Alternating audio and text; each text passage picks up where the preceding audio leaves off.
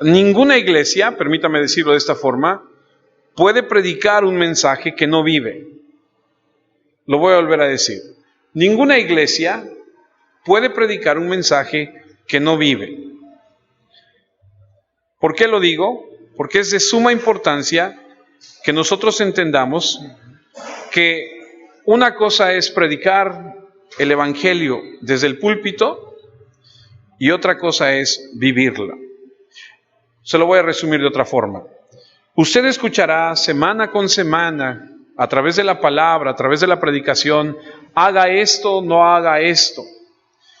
Pero eso no va a surgir ningún efecto si usted no lo absorbe a su vida y lo lleva a cabo. ¿Me entiende? Entonces, a través de la historia, muchas iglesias predican contra el pecado, pero no hacen absolutamente nada al respecto. Y la mayoría de las iglesias hablarán muy claramente sobre el hecho de ciertas cosas que están mal y ciertas cosas pecaminosas. Y llaman a la gente a un cierto estilo de vida, pero nunca van más allá para hacer cumplir esto en la vida de las personas, para hacer cumplir este mensaje. Y mientras no hay tolerancia desde el púlpito, hay gran tolerancia en la realidad de la vida del pueblo. Y pasan los años y se ha convertido en una realidad. Se ha separado la predicación de lo que realmente debe llevarse a cabo como un ejercicio. Porque escuchamos cada domingo, no hagas esto o haz aquello. Y muchos de nosotros venimos y escuchamos, y cuando salimos de aquí se nos olvida y seguimos llevando nuestras vidas como siempre lo hemos llevado. Y entonces no pasa nada.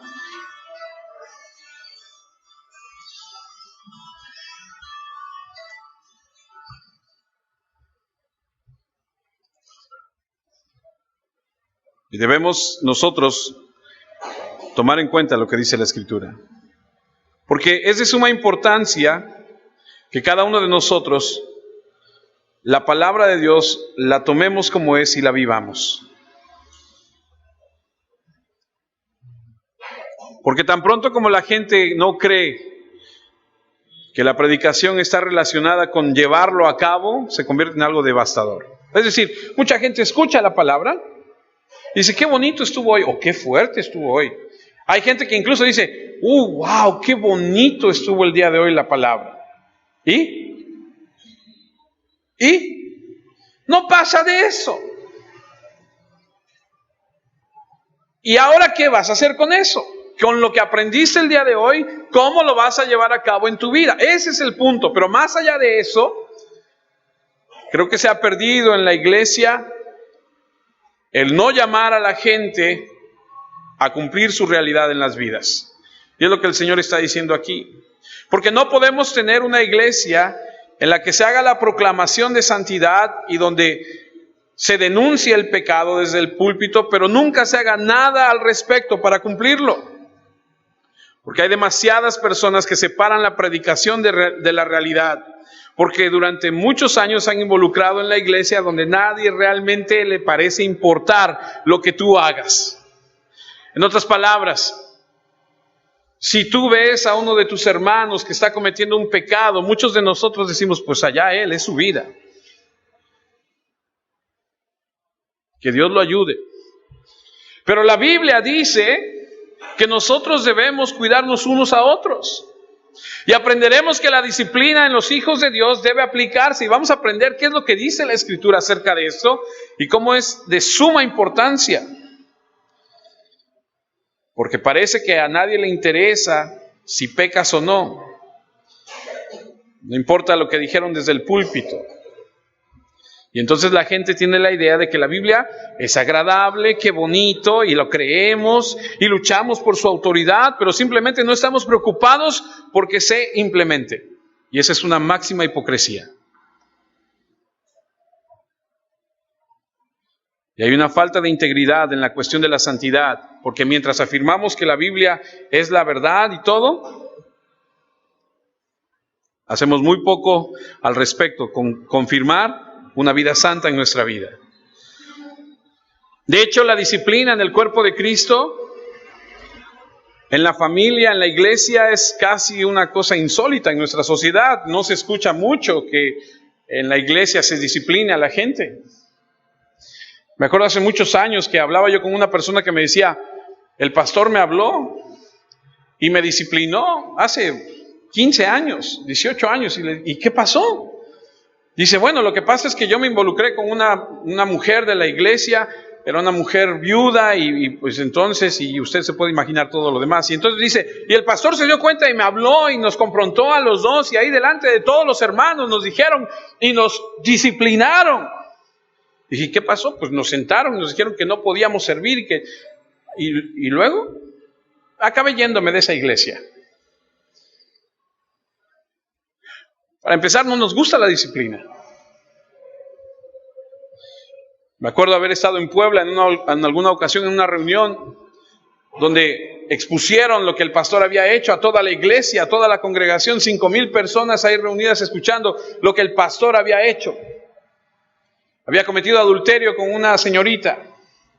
Habían ido a hablar con él y no había entendido, habían ido otra vez a hablar con él y no había entendido, y entonces le dijeron a toda la iglesia, eso es lo que está pasando con tal hombre. Y como dice la escritura, dijeron, no quiere entender, entonces no forma parte de nosotros. Y muchos pueden pensar y decir, oh, qué difícil, qué duro. Pero es lo que dice la Biblia.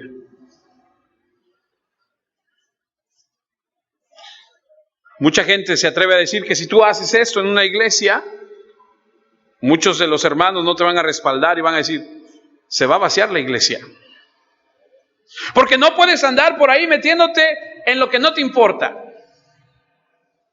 No puedes ir a decirle a un hermano, estás en pecado. Eso que estás haciendo está mal delante de Dios. Pero la Biblia dice que sí.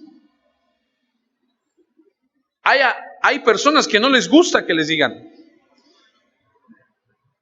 Y muchos malinterpretan lo que pudiera, en la escritura, lo que dice Mateo 7, donde dice, no juzguéis para que no seáis juzgados.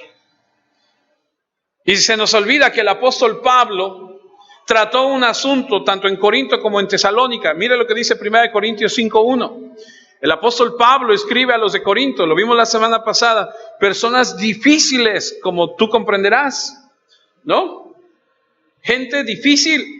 1 Corintios capítulo 5 versículo 1. De cierto, dice Pablo, se oye que hay entre vosotros fornicación, y tal fornicación cual aún, dice, cual ni aún se nombra entre los gentiles, tanto que alguno tiene la mujer de su padre. Un caso difícil, duro, y Pablo escribe y los confronta y les dice. Otra escritura, segunda de Tesalonicenses, capítulo 3.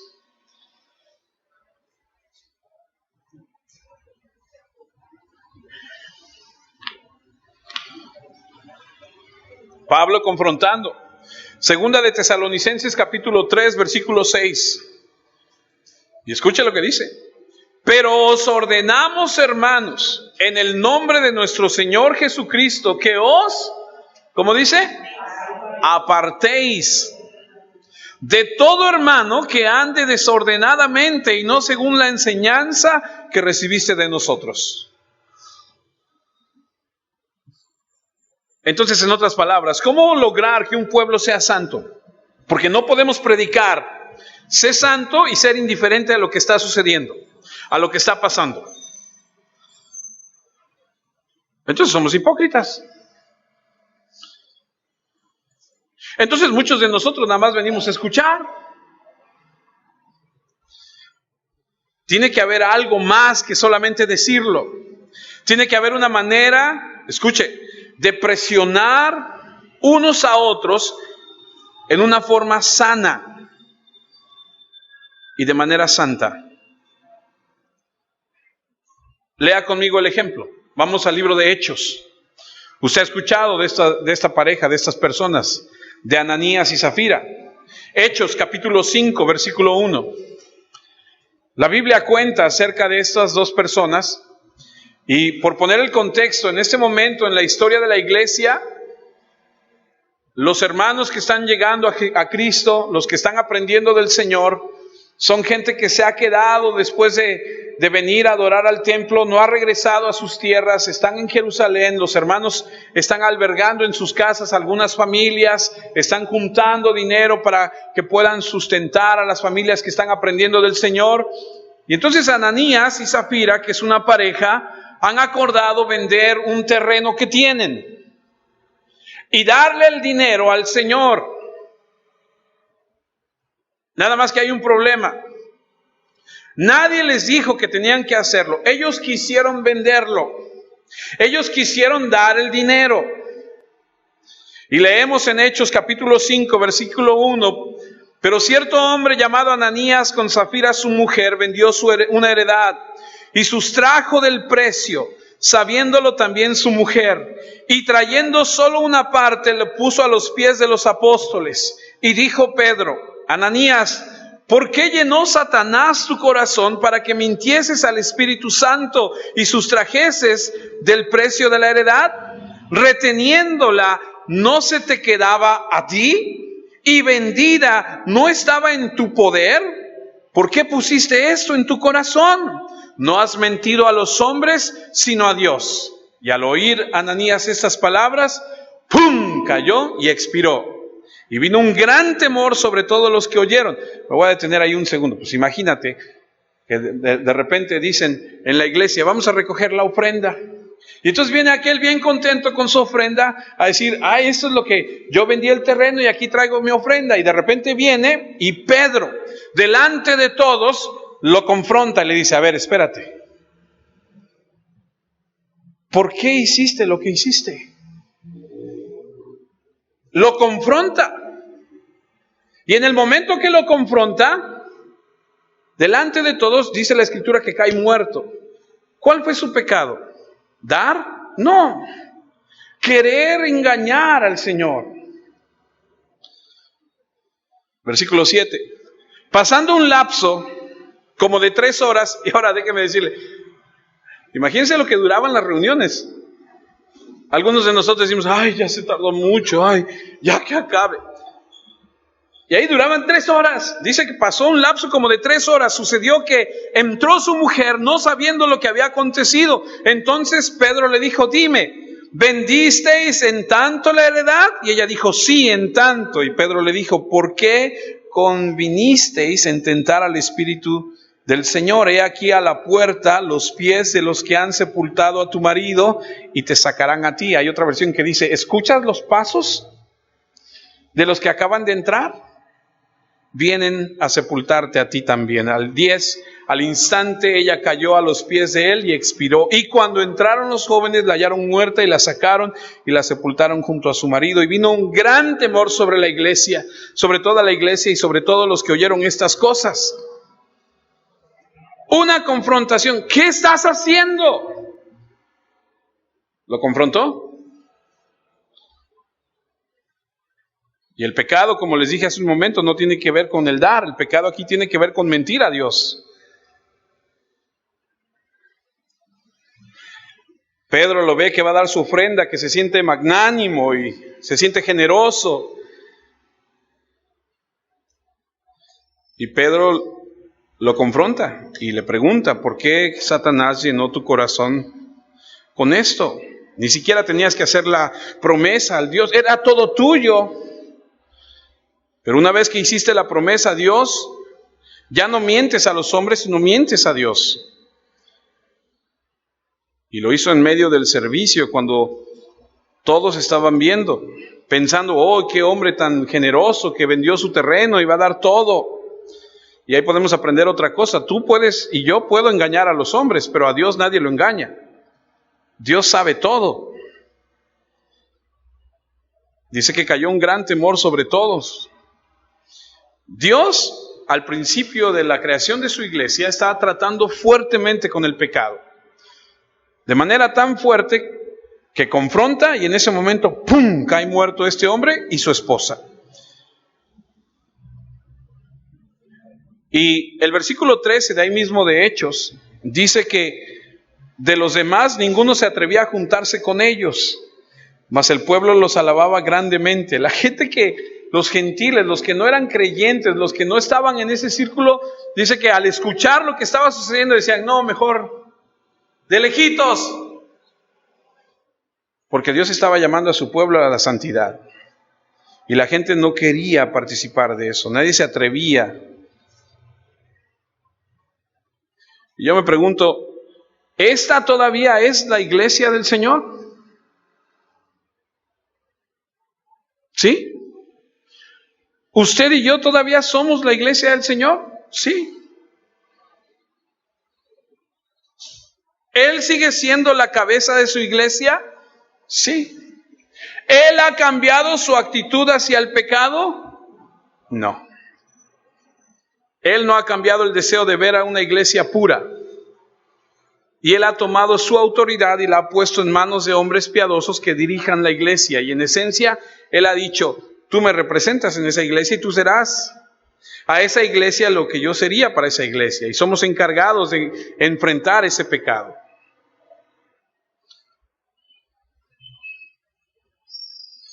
Y aunque no estoy seguro de que Dios haga así en todos los casos, sí sé que en algunos casos el Señor, cuando disciplina, Él puede incluso hasta quitar la vida. Hay una parte en la Escritura en 1 Corintios 11. 1 Corintios 11, versículo 29. Pablo está escribiendo acerca de la cena del Señor. Y dice lo siguiente en el versículo 29 de 1 Corintios 11.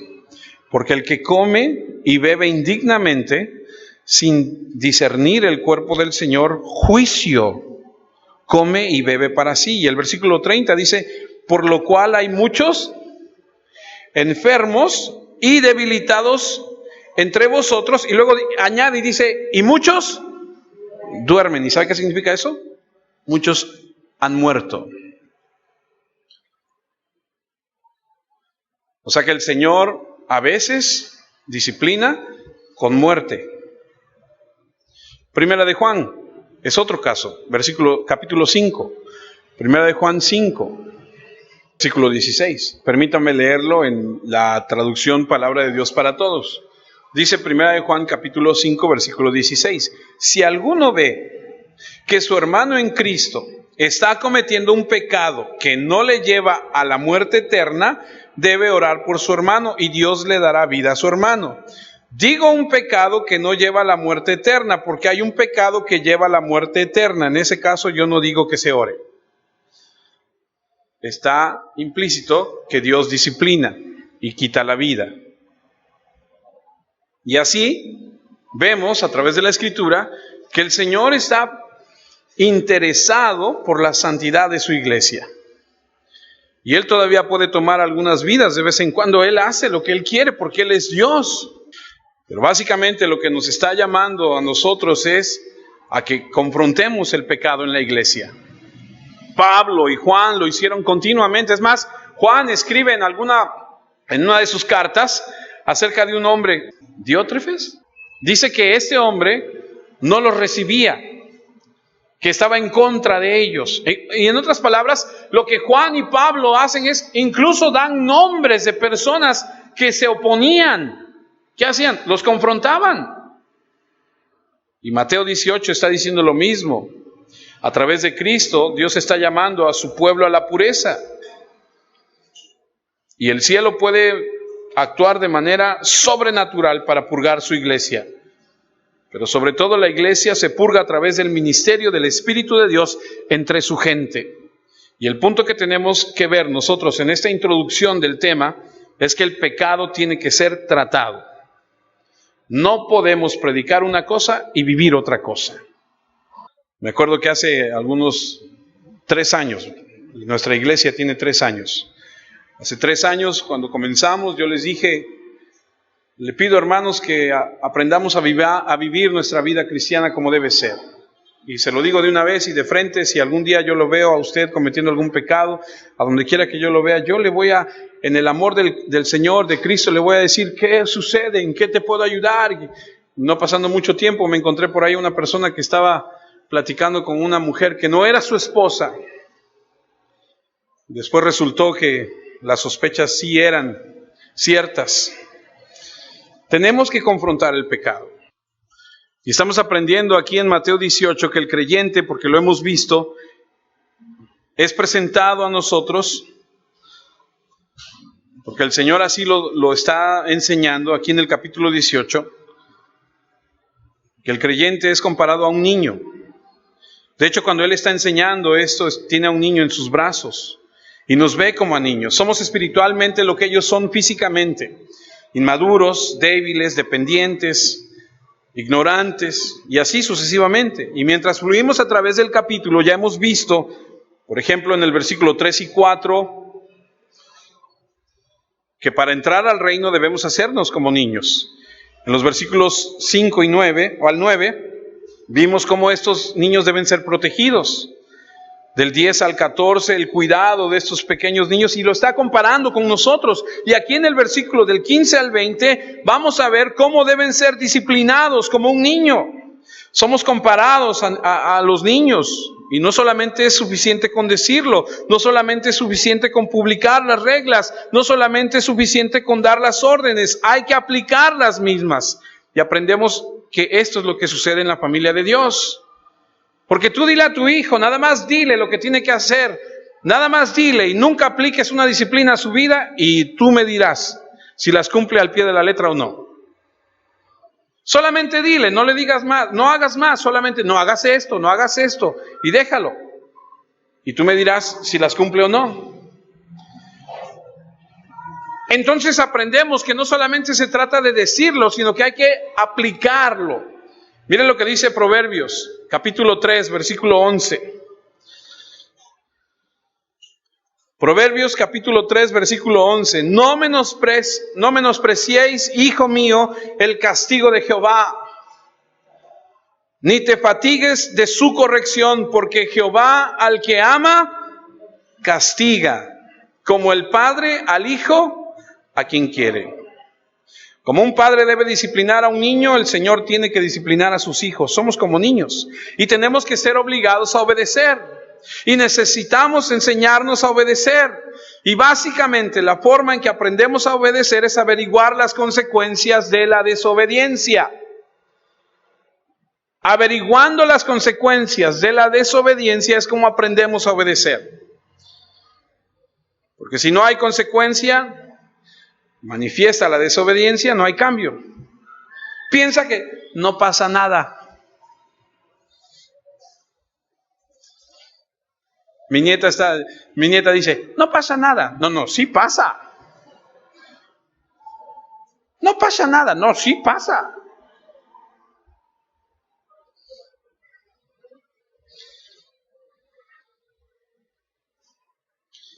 Y Dios trata con las consecuencias de la desobediencia. Proverbios 10, versículo 13. En los labios del prudente se halla sabiduría, mas la vara es para las espaldas del falto de cordura. Y aquí tienes esta idea de un niño que necesita ser corregido. ¿Cómo lo vas a corregir? Aquí dice la Biblia que se utiliza una vara. En otras palabras, se necesita que haya dolor. Tiene que haber un dolor consecuente a su mala conducta. Si no, no aprende.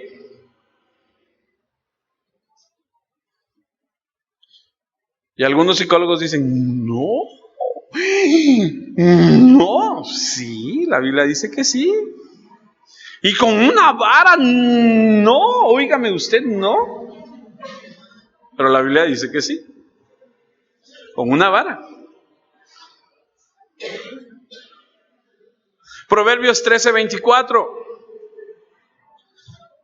El que detiene el castigo a su hijo, aborrece. Mas el que lo ama, desde temprano lo corrige. Y no quiere decir que a las 5 de la mañana te paras, te voy a corregir temprano. No quiere decir eso. Quiere decir que desde pequeño lo corrige.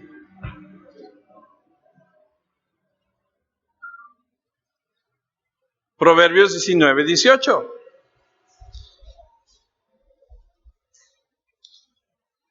Castiga a tu hijo en tanto que hay esperanza, mas no se apresure tu alma para destruirlo. O sea, hay que castigarlo, pero no te lo tienes que acabar, Porque hay algunos padres que se los quieren acabar. Ahorita vas a ver. No. Hay que corregirlos en amor. Hay que disciplinarlos en amor. Proverbios 22:15.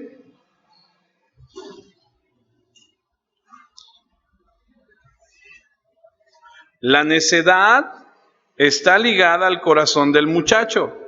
Si usted alguna vez se ha preguntado, ¿por qué eres tan necio? Aquí está lo que dice la Biblia. La necedad está ligada al corazón del muchacho. Y luego te preguntas, ¿y por qué es tan necio? Porque la Biblia dice que la necedad está ligada al corazón del muchacho. Y a lo mejor ya se te olvidó, pero cuando tú eras joven, también tenías ligada la necedad a tu corazón. Y algunos de ustedes y algunos de nosotros todavía tenemos la necedad ligada a nuestro corazón. Ahí vamos, otra vez. Y tú sabes que no, y ahí vas otra vez. Y la segunda parte de esta escritura dice, mas la vara de la corrección la alejará de él. ¿Eres necio? Ahí te va la vara. Porque de la única forma que se quita la necedad es con la corrección.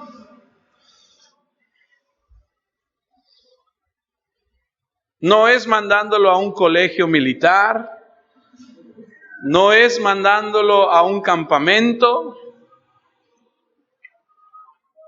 Mucha gente dice, ay, lo voy a mandar para que, a ver si ahí, no. ¿Quiere que cambie? Cómprese una vara. Claro. Acuérdese que leímos cuando todavía hay esperanza, cuando es temprano. Aquellos que están levantando apenas a sus hijos están a tiempo. Y algunos quieren corregirlos ya cuando son unos hombresotes, pues ya no se puede. Ya el Señor se encargará. Proverbios 23, versículo 13. Proverbios 23, 13. No rehúses corregir al muchacho, porque si lo castigas con vara, dice, no morirá. Versículo 14. Lo castigarás con vara. Es una afirmación. Lo castigarás con vara y librarás su alma, o sea, del infierno. En otras palabras, no lo dejes así. Castígalo. Dale con la vara. No, pero es que él es muy inteligente. He hablado con personas que me dicen, no. Mi hijo es muy inteligente y entiende todo. Ajá. No, mira, él sabe lo que tiene que hacer. Ahí, ¿por qué no lo hace? Porque la necedad está ligada. Ahora, acuérdese que estamos hablando del muchacho, del joven. Y la Biblia nos compara con los jóvenes, con los niños, con los pequeños. ¿Eso qué quiere decir? Que esto es para nosotros también. ¿Y Dios saca una vara y nos da con la vara? No. Pero Dios permite cosas en nuestras vidas para alinearnos. Hebreos 12. Ahora vamos hasta Hebreos. Hebreos capítulo 12.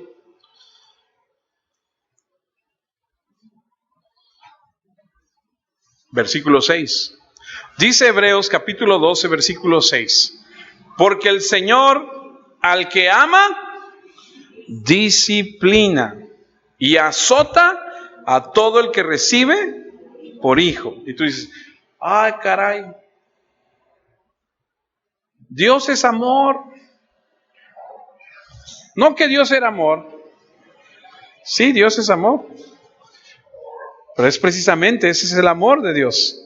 El no dejarte igual.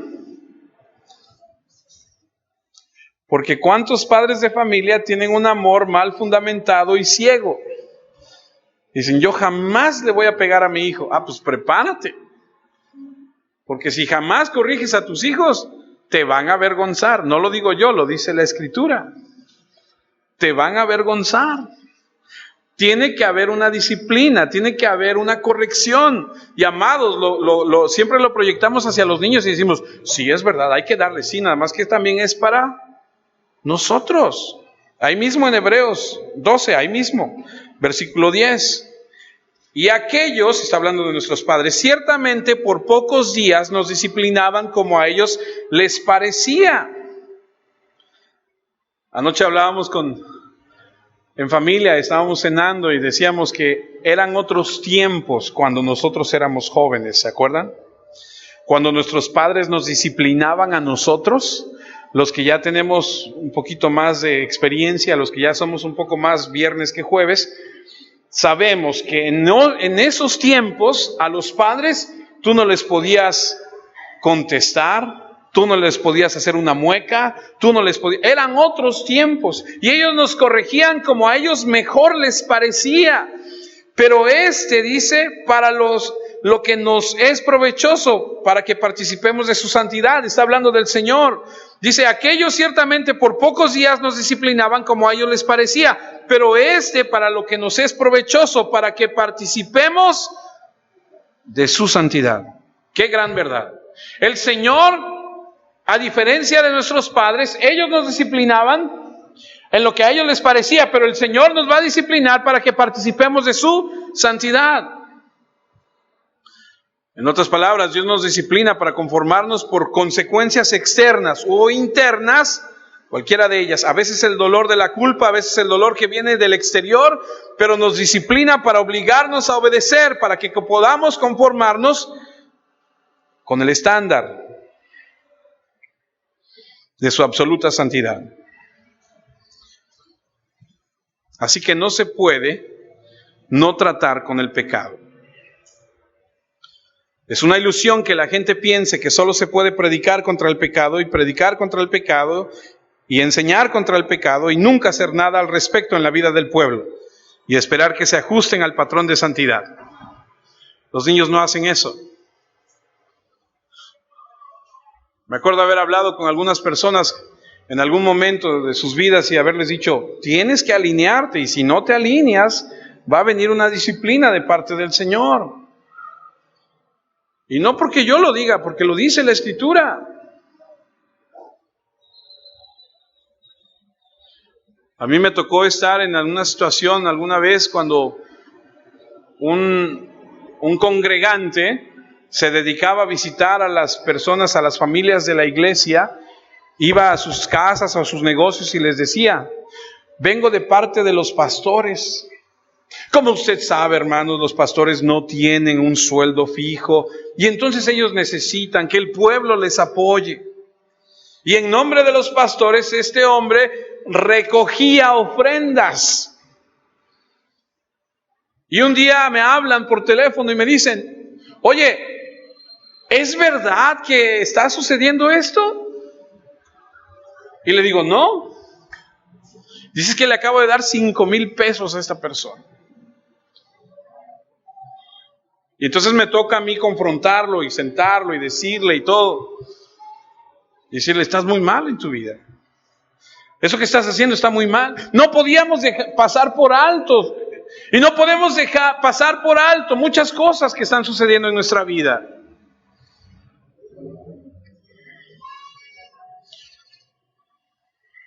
Los niños se inclinan a la desobediencia en la vida, como nosotros nos inclinamos a la desobediencia en la vida espiritual.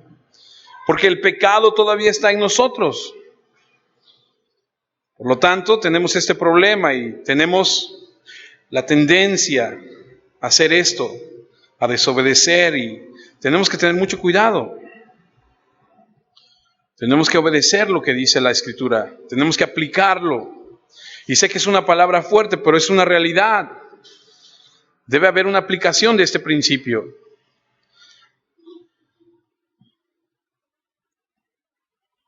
Tenemos que movilizarnos para implementar este mensaje. Porque ¿por qué en la iglesia hay tanto pecado?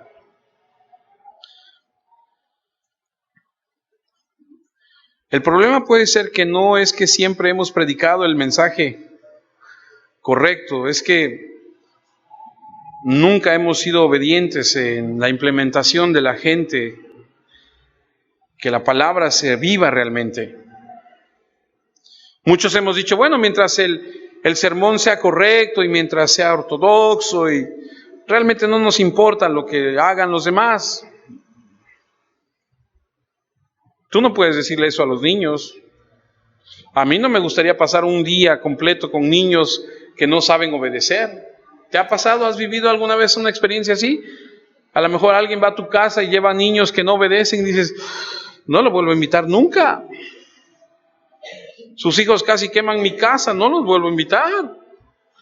Y volteas a ver a los papás y los papás, ¿no? Y el chamaco anda brincando en tus muebles y lo que nunca dejaste hacer a tus hijos, estos vienen y lo hacen. Y entonces tú estás así como que... Estamos llamados a la aplicación de la disciplina en la iglesia, a tratar con el pecado, a fin de que podamos ver una iglesia seguir un patrón de santidad. No hemos entrado al texto. Por eso les dije que se va a llevar 3 semanas. Porque quiero establecer que debe haber disciplina. Ahora, ¿dónde hay esta disciplina? Vamos a Mateo 18, 17. Mateo 18, 17.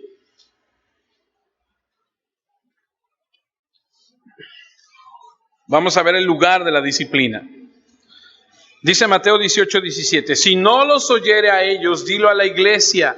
Y si no oyere a la iglesia, tenedle por gentil y publicano. Y 2 veces en este verso se menciona la iglesia. La iglesia. Ese es el lugar. La disciplina que hay o que debe haber en la iglesia entre nosotros tiene que darse aquí. Ahora, recuerde que eclesia significa asamblea. Y que no está hablando de la iglesia nacida en Pentecostés solamente, porque de hecho esto es previo a la iglesia del Pentecostés. Era una palabra que se utilizaba para hablar de una asamblea, una reunión de gente. Se usa de manera continua en el Nuevo Testamento para referirse en varias ocasiones de la iglesia. Por ejemplo, refiriéndose a Israel en el desierto, la asamblea de Israel es la eclesia. Fue utilizada en la cultura griega de manera extrabíblica para hablar de una reunión en la ciudad, de un grupo de personas reunidas, y ese es el uso que en este contexto, en este texto, anticipa la iglesia de hoy. Y aquí la idea, la raíz es simplemente la colección de la comunidad redimida, la asamblea de los redimidos.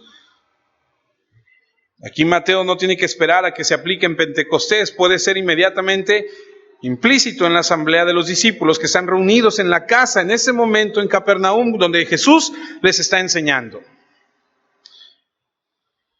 Simplemente significa la reunión de personas de Dios y se aplica a cualquier asamblea de cualquier creyente.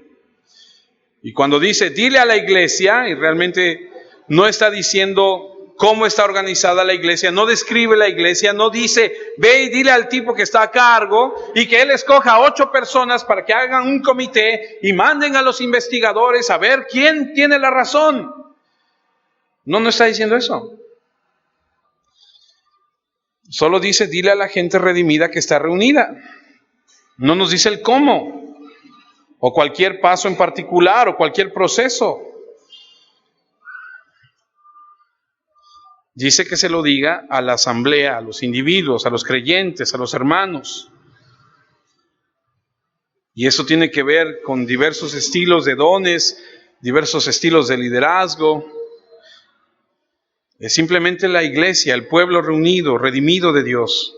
Ahí es a donde debe llevarse a cabo la disciplina. Y después de todo, ¿no es ahí a donde Dios quiere la purificación? Claro.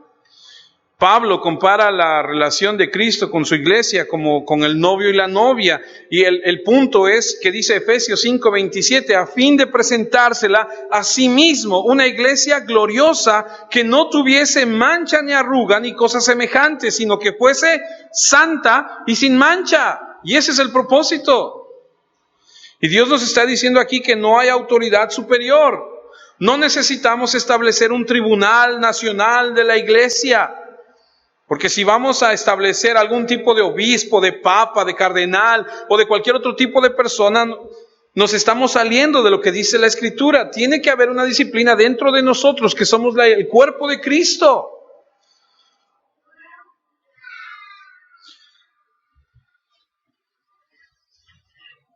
No estamos hablando de una estructura jerárquica, no tenemos algún tipo de diseño para la iglesia en ese sentido. Porque dice, ve y habla tú con el hermano, y si no te obedece, trae a otros dos, y si no, entonces ve con la iglesia.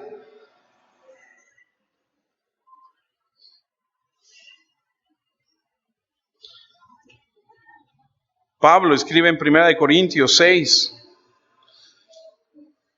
versículo 1, algo que es muy interesante. Se lo voy a leer en dos versiones.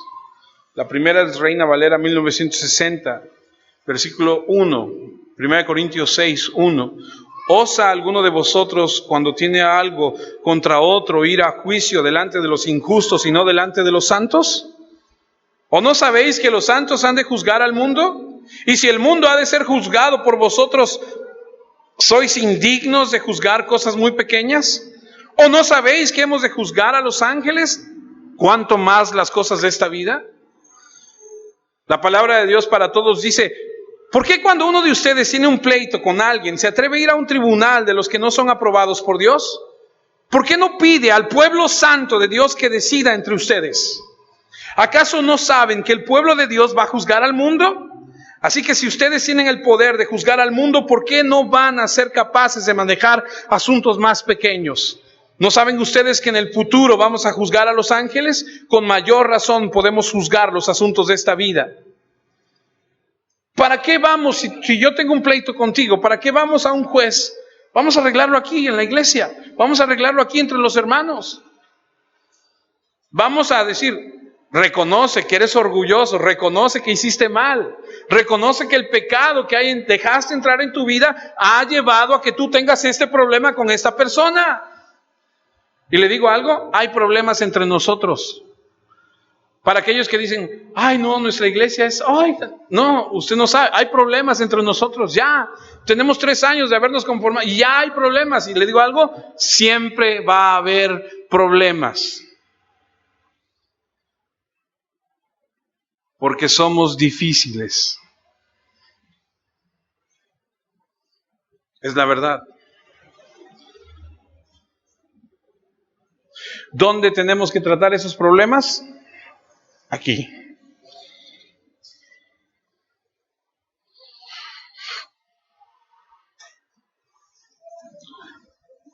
¿Qué están haciendo? Tomando sus quejas y sus problemas ante los injustos. Bonita cosa, ¿no? Vamos con un juez y le decimos, señor juez, yo tengo un problema con Ángel. Es mi hermano en Cristo y vamos a la misma iglesia. ¿Qué va a decir el juez? Ah, mira qué bonito, yo no quiero ir a esa iglesia. ¿O no?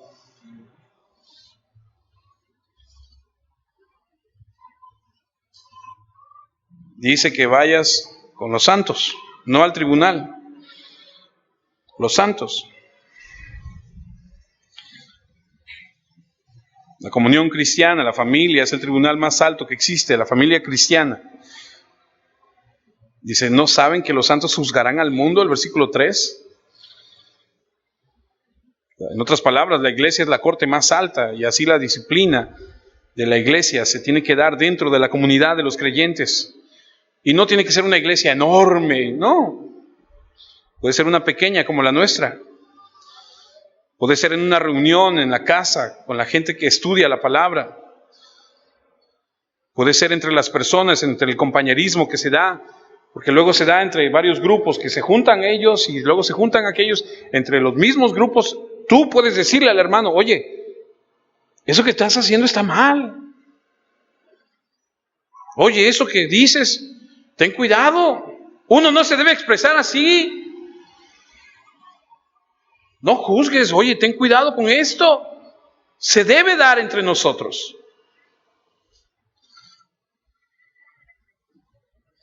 El lugar es aquí en la iglesia, entre nosotros.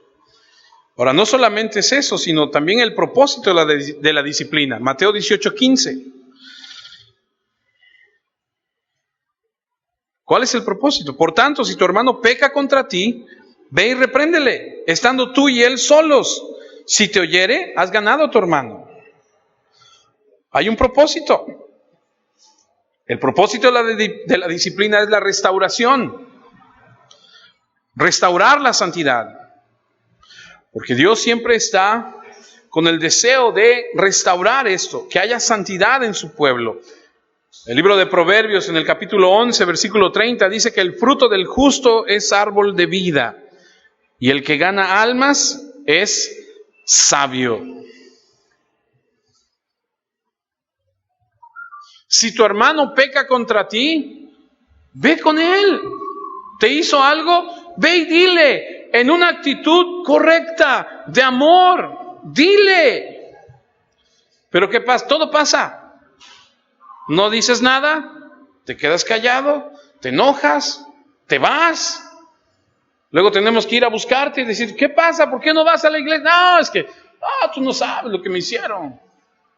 Por eso, pues dime, no sé. Pero pasa en todos lados, ¿eh? O sea, no se lo estoy diciendo a alguien en particular, es para todos. Tenemos que hablarlo. Dice Gálatas 6:1. Hermanos, si alguno fuere sorprendido en alguna falta, vosotros que sois espirituales, fíjate, está apegándose a que hay entre nosotros quienes son espirituales, que son más maduros, digámoslo así, restauradle con espíritu de mansedumbre. ¿Qué significa eso? Que seas manso, no altivo.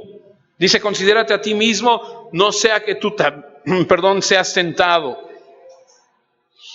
Y de lo que habla es de la restauración.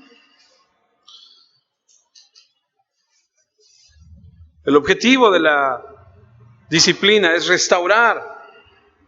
Ya vimos el lugar entre nosotros en la iglesia y el objetivo es restaurar. Santiago capítulo 5 versículo 19.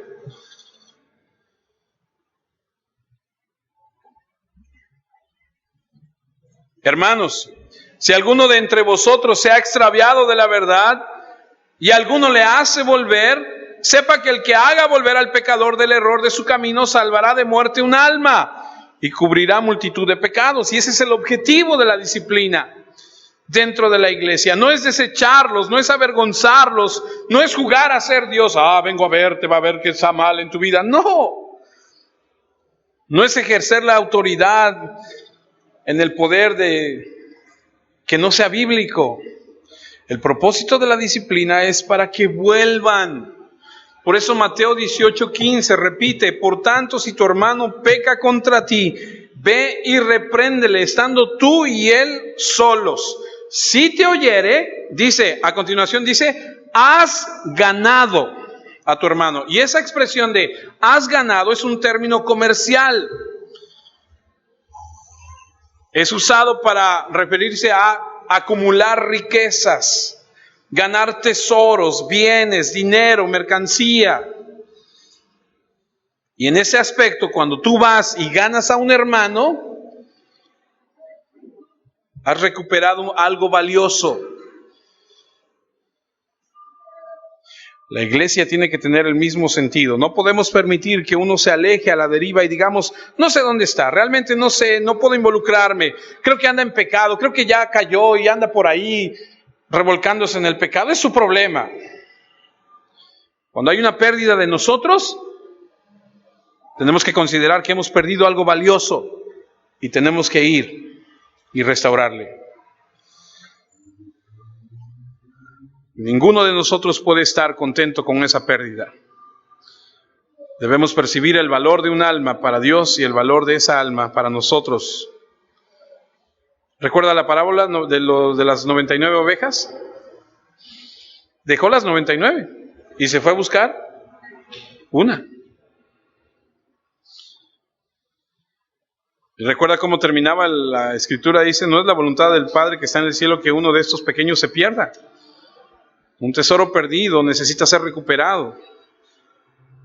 Cuando los hombres pierden dinero en algún negocio, hacen hasta lo imposible por recuperarse. ¿Cuánto más vale la vida de una persona? Pero debemos ser cuidadosos y amorosos. Segunda de Timoteo 2:24. Pablo escribe a Timoteo y le da instrucciones de cómo debe ser el siervo. O sea, tampoco vas a llegar y decir, ¿qué? ¿Por qué no vas a la iglesia? Pecador. O sea, sí es verdad que tenemos que ir y hablar con la gente, pero tenemos que ir en mansedumbre, en amor, dice en 2 de Timoteo, porque el siervo del Señor no debe ser contencioso, sino amable para con todos, apto para enseñar y sufrido, que con mansedumbre corrija a los que se oponen, por si quizá Dios le conceda que se arrepientan para conocer la verdad y escapen del lazo del diablo en que están cautivos a la voluntad de Él. Debemos ser amables, enseñando, ser pacientes. Siempre habrá alguien que se oponga, pero necesito enseñar de manera mansa, de manera directa, paciente y con humildad. Quizá Dios le conceda el arrepentirse, de reconocer la verdad en su vida y de recuperarse de la trampa. Repito, Gálatas 6:1, hermanos, si alguno fuere sorprendido en alguna falta, vosotros que sois espirituales, restauradle con espíritu de mansedumbre, considerándote a ti mismo, no sea que tú también seas tentado. Hace algunos años atrás me habla una mujer y me dice: Tico, mi esposo tiene 3 días que no viene a casa. Y le dije: ¿Qué quieres que haga? Y me dijo: yo sé dónde está. Dije: dime dónde está. Me dice: está en un, ¿cómo le llaman? Donde se drogan. ¿Tiradero? Yo pensé que era picadero, ¿ves? Una cosa de esas. Picadero, tiradero, una cosa de esas, ¿no? Ahí está. Me dice, me da la dirección, me dice: está en tal lugar, tal calle, tal puerta. Pero imagínate tener que ir a ese lugar, tocar la puerta y decirle: aquí adentro hay una persona así, dámela. Y ahí voy. Toco y me abren una rejita. Y el que me abre me conoce. ¡Tico! Y me abre la puerta. No porque yo fuera a esos lugares. Ahora pasa a ver, ¿no? Y me dice: ¿qué haces aquí? Y le dije: mira, no te puedo dar toda la explicación. Lo único que te puedo decir es que soy pastor y aquí adentro tienes a alguien que pertenece a nuestra iglesia. No me digas. Digo: sí. ¿Cómo se llama? Fulano de tal. Sí, está aquí. Tiene tantos días aquí ha dormido, aquí ha comido, aquí se ha emborrachado, aquí se ha drogado una y otra vez. Dámelo. ¿Cómo te lo voy a dar? Espérame. Cierra y se va. Y viene y abre la puerta y me dice: Tico, también me conoce. Tico, ¿qué haces aquí?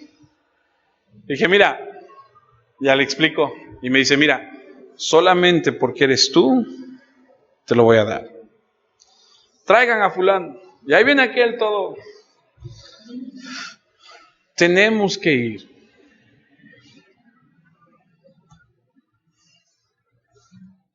No podemos ser indiferentes. Tenemos que reparar para que vuelva a su estado original. Ese es el objetivo de la disciplina. Ver a una persona como algo valioso. El buen pastor lo ve, deja a los que están en su redil, sale y lo encuentra y lo trae de vuelta. Muchos podrán pensar: pues si tenía 99, pues sí, pero uno es una pérdida. Y esto es algo que debemos tener todos a través de ese amor a la persona cuando algo anda mal en su vida. No se trata de andar espiando a la gente. La idea es que tenemos hambre de que Dios tenga una iglesia santa. Y debemos tener en alto valor a las almas que pertenecen a esa iglesia.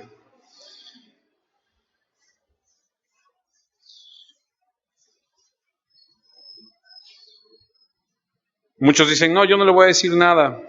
Él sabe lo que hace, eso es orgullo. Mucha gente se siente más espiritual que su hermano que ha caído en pecado. Y puede permanecer indiferente a ese pecado con la idea de que eres mejor que él. pero estás lejos del corazón del pastor. Ya vimos el lugar, es la iglesia, el propósito es la restauración.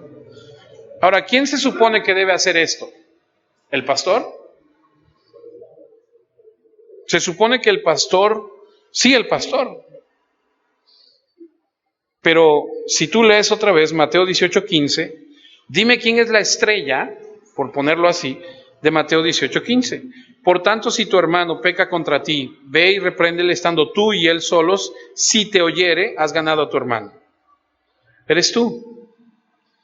Y lo que está diciendo es que si alguien hace algo contra ti, ve tú y hazlo.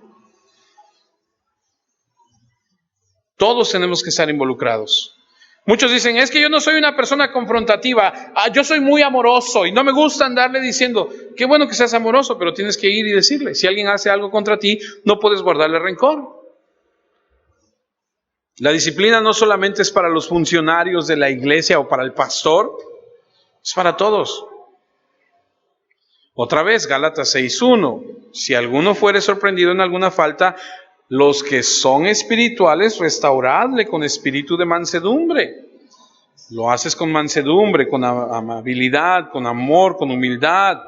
Pero empiezas contigo. Tú eres la clave. Debemos preocuparnos por traer a Dios a los pecadores. No podemos dejarlos ir. Y si no estás preocupado, entonces no estás preocupado por las cosas de las que Dios está interesado. Si te permites falsa piedad, indiferencia, presunción, desprecio por alguien, los desprecias tal vez porque tal vez su pecado estaba en tu contra y te alegras de que se haya ido, o el orgullo, o la cobardía, o las ocupaciones de la vida no te permiten cumplir la obra de Cristo para enfrentar a un hermano pecador. Y hemos fracasado. Yo también, si yo ignoro a las ovejas errantes, me he convertido en cierto sentido en alguien que no está cumpliendo también. Lo reconozco. Pero no solo es mi obligación, es obligación de todos. La pureza de la iglesia es nuestra preocupación y debe ser preocupación de todos. Mateo 18:15 dice, ve y repréndele. Eso es lo que tienes que hacer, ir y decirle. Ve y repréndele. Tienes que ir y decirle. Si ves a un hermano que está pecando, ¿qué debes hacer? Ir y reprenderle. Le he contado en varias ocasiones ya que no sé por qué razón a mí me ha tocado ver cosas que, o sea, de repente te metes a una calle por la que nunca vas y de repente te encuentras a alguien con quien no es su cónyuge. Y damos la vuelta en el coche y nos metemos por un lugar donde nunca vamos y de repente, y no saben qué hacer, trágame tierra, y no saben qué hacer. Ir y decirle, oye, te vi en esta situación, ¿en qué te puedo ayudar? ¿Qué está pasando en tu matrimonio? ¿No? No hacerse de, ay, no la vi, no sé. ¿Viste que? No vi nadie. No, sí lo vi. Y me ha tocado varias veces. Y aquí dice, ve y repréndelo. Eso es lo que dice, ve y dile. Luego el versículo 16, mas si no te oyere, toma contigo a uno o dos, para que en boca de 2 o 3 testigos conste toda palabra. Primero vas y le dices, si no te escucha, tomas a 1 o a 2, y si no oyere, el versículo 17 dice, si no los oyere a ellos, dilo a la iglesia, y si no oyere a la iglesia, tenedle por gentil y publicano.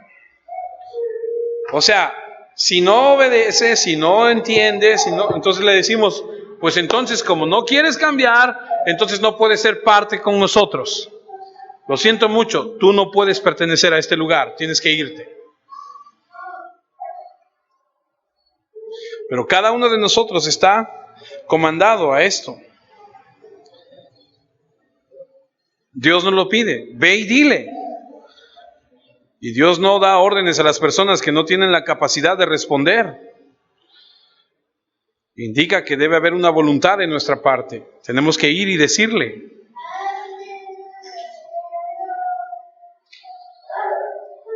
Esto no es nuevo. Esto está desde Levítico 19:16. Y eso está bueno. Levítico 19:16 dice, no andarás, ¿cómo? Léalo conmigo. No andarás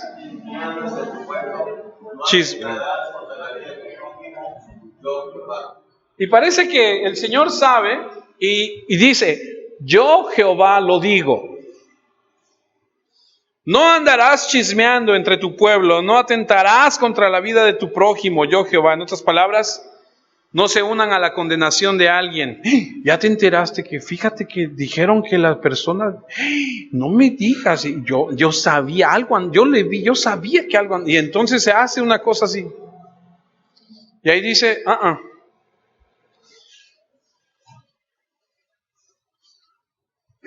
es serio.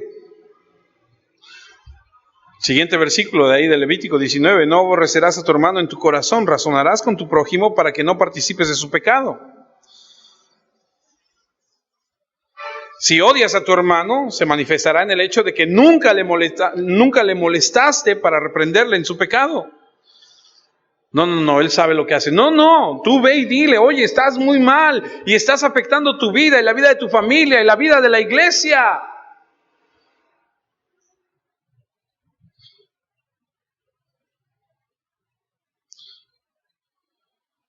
Un padre que jamás disciplina a un niño es un padre que no ama a su hijo, porque no se preocupa en absoluto por ese niño. Odia a su hijo, dice la Escritura, cuando no lo disciplina. Lo mismo es cierto en la dimensión espiritual. No odies a tu prójimo en tu corazón al no reprenderle en su pecado y enfrentarlo con su maldad, porque si lo amas, vas a querer refrenarlo de la consecuencia del pecado y querrás devolverle al lugar de la bienaventuranza. Por lo tanto, tiene que haber una voluntad de querer hacerlo. Y la voluntad de querer hacerlo nace de un celo por las cosas de Dios.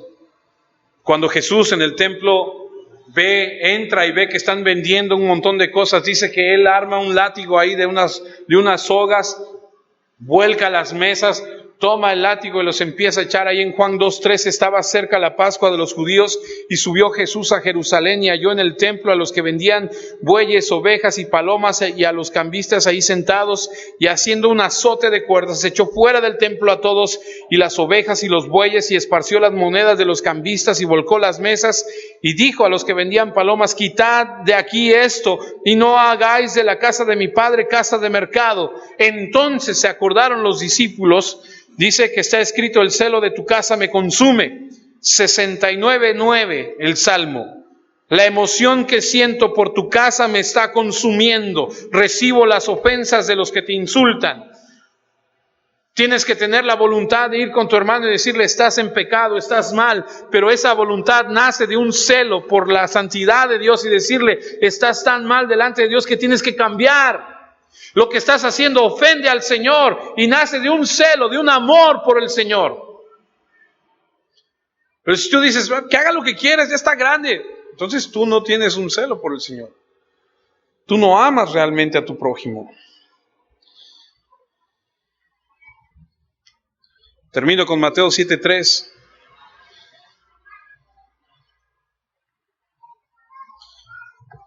El celo del Señor por las cosas del Señor nacen de una pureza personal. Dice Mateo 7:3, y dice, ¿y por qué miras la paja que está en el ojo de tu hermano y no echas de ver la viga que está en tu propio ojo?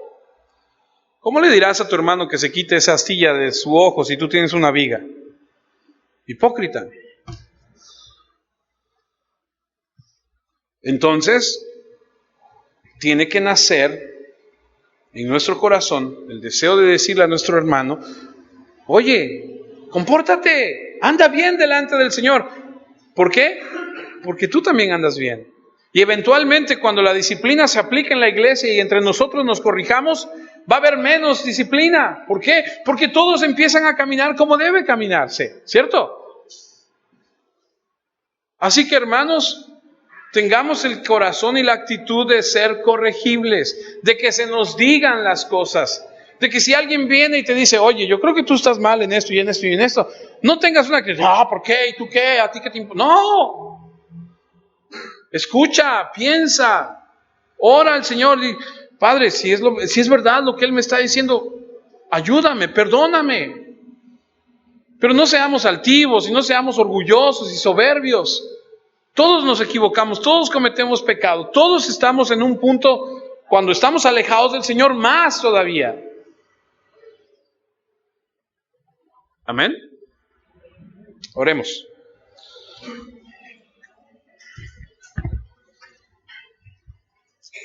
Señor, quiero darte gracias en esta tarde ya, por la oportunidad que me has dado, Señor, de compartir tu palabra con mis hermanos. Sabemos que el deseo de tu corazón es que cada uno de nosotros proceda al arrepentimiento y viva una vida digna delante de ti, Señor. El corazón, como tú se lo expresaste al profeta Samuel, solo lo conoces tú. Tú eres el único que sabe la condición del corazón de cada uno de nosotros. Oramos porque en medio de esta iglesia, tu iglesia, cada uno de nosotros vivamos en santidad. Que cada uno de nosotros valoremos, Señor, lo que para ti es importante. Que reconozcamos, Señor, en nuestra vida la necesidad de cambiar y de vivir conforme a lo que tú mandas. Y en ese celo, en esa actitud, en ese deseo, en esa voluntad, Señor, con mansedumbre, siendo humildes, siendo espirituales, podamos corregir a nuestros hermanos que están alejados, que están cometiendo pecado. Permítenos a cada uno de nosotros tener el mismo sentir de Cristo, tener el mismo sentir de ese buen pastor que eres tú, que al ver que uno de ellos se ha alejado, va por ellos y le trae de regreso. Te pido esta madurez y este entendimiento de tu palabra para la vida de